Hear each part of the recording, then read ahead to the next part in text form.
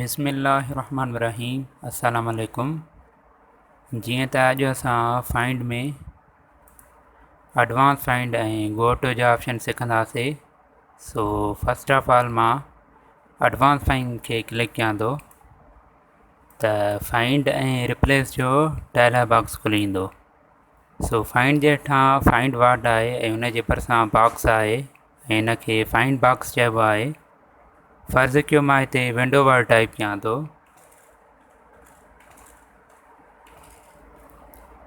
त हिते को बि रिज़ल्ट न आयो आहे ऐं रीडिंग हाईलाइट में मां हाईलाइट ऑल कंदसि त ॾिसो जिते बि विंडो वर्ड टाइप थियलु हूंदो उहो हाईलाइट थी ईंदो। ऐं रीडिंग हाईलाइट में वञी मां क्लियर हाईलाइटिंग खे क्लिक कंदसि त हाईलाइट हटिजी वेंदो। ऐं उनखां अलावा फाइंड इन में अची असां मेन डॉक्यूमेंट खे क्लिक कंदासीं त ॾिसो जेके बि विंडो वारा वर्ड हूंदा उहे सिलेक्ट थी वेंदा। ऐं हिते हाणे मां हिन ते जेको आहे त फॉर्मेटिंग अप्लाई करे सघां थो। हिननि जो कलर मां रेड करे सघां थो सभिनी लफ़्ज़नि जो जेके बि विंडो वारा आहिनि डॉक्यूमेंट में। ऐं उनखां अलावा हिननि खे बोल्ड करे सघां थो, इटालिक, अंडरलाइन, मतिलबु हिननि ते फॉर्मेट अप्लाई करे सघां थो। सो फाइंड इन जो इहो फंक्शन आहे, असां हिन खे ईअं इस्तेमालु करे सघूं था। सो हिननि खे मां कंट्रोल ज़ेड कयां थो, अंडू।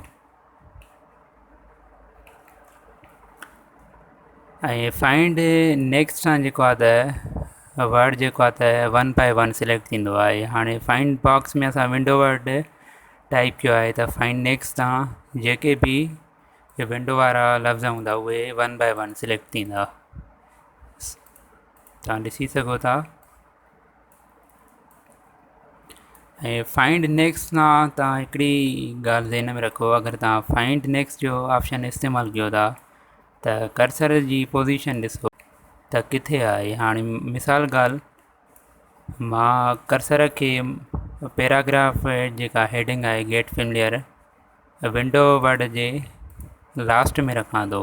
अगरि मां ॾिसो फाइंड नेक्स्ट कंदमि त हीअ वर्ड सिलेक्ट न थींदो, इन खां जेको नेक्स्ट वर्ड आहे उहो सिलेक्ट थींदो। अगरि तव्हां हिन वर्ड खे सिलेक्ट करणु चाहियो था त हिन वर्ड जे अॻियां कर्सर रखी हाणे तव्हां फाइंड नेक्स्ट कंदव, ॾिसो हीअ वर्ड सिलेक्ट थींदो। सो फाइंड नेक्स्ट सां तव्हां कर्सर जी पोज़ीशन ॾिसो त उहो किथे रखियलु आहे। ऐं क्लोज़ सां जेको आहे त हीअ प्रोग्राम बंदि थी वेंदो ऐं क्लोज़ बटण सां बि हिनखे बंदि करे सघो था। ऐं हाणे अचूं था रिप्लेस में। अगरि असांखे विंडो वर्ड जे बदिरां विंडोज़ जेको आहे त रिप्लेस करिणो आहे, चेंज करिणो आहे त असां फाइंड बॉक्स में विंडो लिखंदासीं ऐं रिप्लेस बॉक्स में विंडोज़ लिखंदासीं।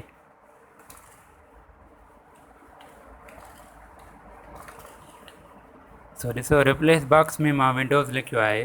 अगरि रिप्लेस खे क्लिक कंदमि त हिकु हिकु वर्ड रिप्लेस थींदो, चेंज थींदो। अगरि रिप्लेस ऑल खे क्लिक कंदमि ऐं पोइ ओके खे क्लिक कंदसि त जेके बि वर्ड हूंदा उहे चेंज थी वेंदा, रिप्लेस थी वेंदा। याने विंडो जे बदिरां विंडोज़ रिप्लेस थींदो। सो तव्हां डॉक्यूमेंट ते ॾिसी सघो था। ऐं उनखां अलावा फाइंड नेक्स्ट जो ऑप्शन असां फाइंड में सिखियो। ऐं हाणे गोट जो ऑप्शन सिखूं था। गोट जे हेठां जेको आहे त गोट वर्ड लिखियलु आहे ऐं उन जे हेठां ऑप्शन आहिनि, पेज जो ऑप्शन आहे, सेक्शन जो, लाइन जो। सभ खां पहिरीं असां पेज जो ऑप्शन सिखूं था ऐं हिते एंटर पेज नंबर जे हेठां असां फ़र्ज़ु कयो 2 टाइप कयूं था, पेज नंबर 2 टाइप कयूं था। अगरि मां जेको आहे त एंटर प्रेस कंदमि त बि जेको आहे त मां ॾिसो ॿिए पेज ते अची वेंदमि।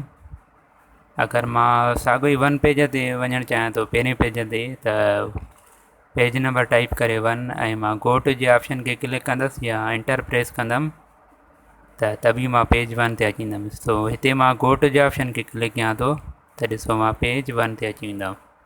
ऐं बाक़ी जेके ॿिया ऑप्शन आहिनि, सेक्शन आहे, बुक मार्क, कमेंट, इहे असां बाद में सिखंदासीं। सो फ़िलहालु असां ही लाइन जो ऑप्शन सिखूं था।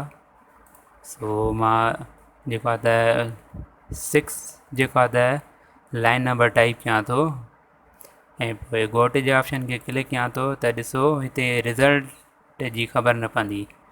सो मां डॉक्यूमेंट ते क्लिक कंदुसि त ॾिसो कर्सर जेको आहे त टाइटल बार जिते लिखियलु आहे उन जे अॻियां आहे, यानी लाइन 6 ते आयो आहे।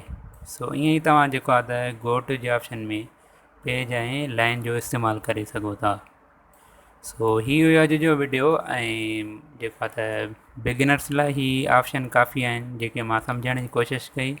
सो जेके नाज़रीन ॾिसी रहिया आहिनि, अगरि ही तव्हांखे वीडियो मुंहिंजो यूज़फुल लॻो आहे, हिन मां तव्हां कुझु पिरायो आहे, सो काइंडली मुंहिंजे चैनल खे सब्सक्राइब कयो, वीडियो खे लाइक कयो ऐं शेयर कयो। ऐं जिन बिगिनर्स खे MS वर्ड सिखण जी ज़रूरत आहे, ख़ासि करे सिंधी लैंग्वेज में, सो काइंडली मुंहिंजो उन्हनि ताईं वीडियो पहुचायो।